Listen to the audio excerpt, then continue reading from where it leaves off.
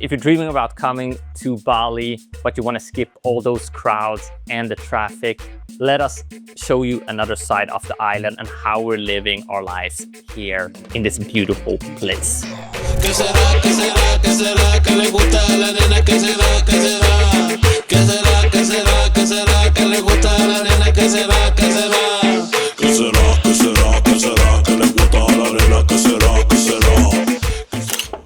Come on in.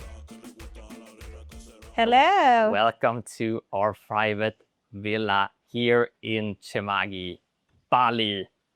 This is where we've been spending the last month, and we're so fortunate to be living in a place like this. This is what Bali is all about. This is what you dream about having when you're coming to Bali. And we are located here in Cemagi, which is this up and coming area on the island. So if you know the geography of Bali, everything is kind of, well, the tourist spots are kind of centered in a very small part of the island. So you have the classics like Watu, and of course Canggu. If you go upwards on the coast from the airport, you find Kuta, Seminyak, Canggu, Pedanan, and here is Cemagi. So this is probably what Canggu was 5-10 years ago. So you still have those natural rice fields. You're very close to nature and the local Bali here with all the warungs and so on.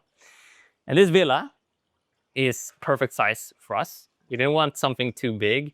We didn't want something too modern. You know, we wanted to find something with that kind of, you know, close to nature feeling. And there was a couple of priorities we had when we were selecting. We took a long time selecting the place we were staying, not just the location, but also the pool. Because a lot of the villas have quite small pools. So you wanted something, you know, not Olympic size, but you want to be able to actually swim around a little bit. And the second part, which we absolutely love about this one, is that indoors and outdoors, you can actually erase that boundary with basically all the doors here, all the walls are sliding open. So you can just be inside your bedroom and outside in seconds, which is absolutely magical, especially working from here, where you kind of, it's very easy just to lift your head from your laptop and then realize, wow, what an amazing place we're sitting in right now. Let's look around the villa. It's not that big as well. It's very minimalistic, which fits into our lifestyle as we are digital nomads. We travel a lot. We only have one suitcase each, which means that everything we pick in our lives, we have to remove something else. And this villa kind of is that in a physical building, essentially. So we're right now in the living room, and as Malin is even outside right now, but as you can see, all these doors here are actually sliding open, which is really, really cool, because in the evenings we can close them down so no insects are coming in, you get the AC on, but right now during the day you can just open up and then basically work from here and then just jump straight into the pool, which is magical. It's like a dream. It's a dream. And one of my favorite features, talking about like where they're adding the extra flavor here, is this projector that we've been enjoying so much, especially now it's the World Cup is on and we've been watching the games here like super early mornings before the sun comes up. It's been very, like, it's a memory for life, I would say, but also in the evening with the Netflix and so on. Like, if you want to have something a little bit extra, I guess that's it in this villa. Or if you just turn around and you have the watermelon field. Yeah. Just watch. I was asking Malin what this was, because it's not rice field, it's actually watermelon fields, and we've seen people working out here. Yeah, they're picking a lot of watermelon. Which is maybe we can test them. And then the kitchen, of course, we're not even using the kitchen. You don't need a kitchen here. If you want to make food, we just order it because it's so good and so cheap and so healthy. But a good fridge, microwave if you need it. But as you can see, very thought through, very, very slimmed down in general.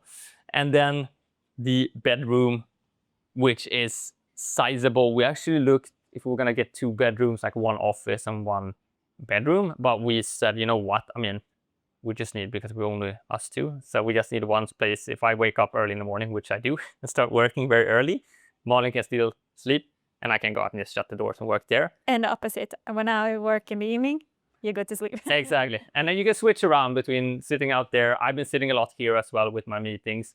And one thing that I don't know if it's improved, but last time or the previous times we've been in Bali, the Wi-Fi has been a little bit shaky, but this time around it's been working perfectly now for weeks. So I think they've really done some improvements in the infrastructure, which is what, there's so many digital nomads here, so they got to get that fixed, which they've done. So when Jacob is working, I sleep in a little bit, and then I ask Jacob to just remove the curtains there, and I have this amazing view. And open up, and that's your morning view. It's epic. It's absolutely epic. And this is lifestyle. Of course, we could have gone bigger, but why? We don't really need a space, and it's got all those pieces that we really, really like as well. We'll cut in some other pictures here from the bathroom as well, which is very sizable. You got that Bali shower, massive. It's just a big, big shower. Before we have had a shower that was outside, but I got a lot of mosquito bites, so I prefer to take the one inside this time. This one is inside, thank God. And another nice feature is just making your life easy. I mean, we're coming from living in Dubai for years, and what we're used to is this very comfortable lifestyle. You can see why a lot of Dubai crowds are actually coming here now, because you can get the same service here, I would say. So they come and clean the house every other day. So every second day they clean. Every second day we have a pool, a guy fixing our pool. I don't even think it's necessary, but why not? And stuff like laundry, it's just easy. We just leave it outside, pick it up, and they sort there as well. So all those extra things just to make it easier, they have it here. And in this area, even if there's not as many restaurants and as many cafes, the quality of the restaurants close by are exceptionally good. And Bali, and we feel especially this area, this people staying a little bit longer. We also found the crowds are maybe a little bit older, like I would say ourselves these days. And a lot of families living around here. So you would see that when you go to restaurants, it's like the same people you meet there every day and you say hi to them and so on. But it's the healthy lifestyle that's been the big shift here since the first time we came 10 years ago, where it was quite difficult maybe to get good food. It was more about party as well. Yeah, definitely back then for us at least. But you can go to bar rooms and so on. But now, like all the restaurants, it's about your macros. It's about like you can see how much proteins, carbs, and everything with every dish you order. So it's so easy to stay healthy here, and the quality of the food, it's so good. And the taste as well is amazing. So we come to find out that our like guts and everything is feeling so much better since arriving on the island, because the influence around you, like everyone else is healthy, you might as well be as well. Talking about taking care of yourself and being healthy, the gyms, we would say is the best in the world here. We're coining it best gyms in the world. Top class. Yeah, it's absolutely insane. And picking a gym here is half a day of just researching. Canggu is seen as the fitness capital of the world. Ultra luxury gyms, and then there's a lot of these small Pilates studios and so on. We chose a gym. We don't want to go with the biggest ones, and we read a lot about all these influencers with their, like ourselves, funny enough, but with their tripods and stuff like in the gym. We're going to a little bit more of a, I'm not even call it boutique gym because it's still massive, but a gym called Rights, which we find is a perfect mix. It has everything, like the recovery area, all the classes that we enjoy, but it's not too big and it's not too crowded. So it's a great gym in Paranan if you want to check it out. We've been around and looking at some of the other ones, and they are insane. It's like you can spend your life just there. Like you can work from there, you can eat, you can do everything there, even sleep, I guess, on these gyms. And the options here when you're staying for a longer time, we can really get that mix of all the intensity in Canggu and go to the sunset there. But you can also go and spend your time with more of the local crowd.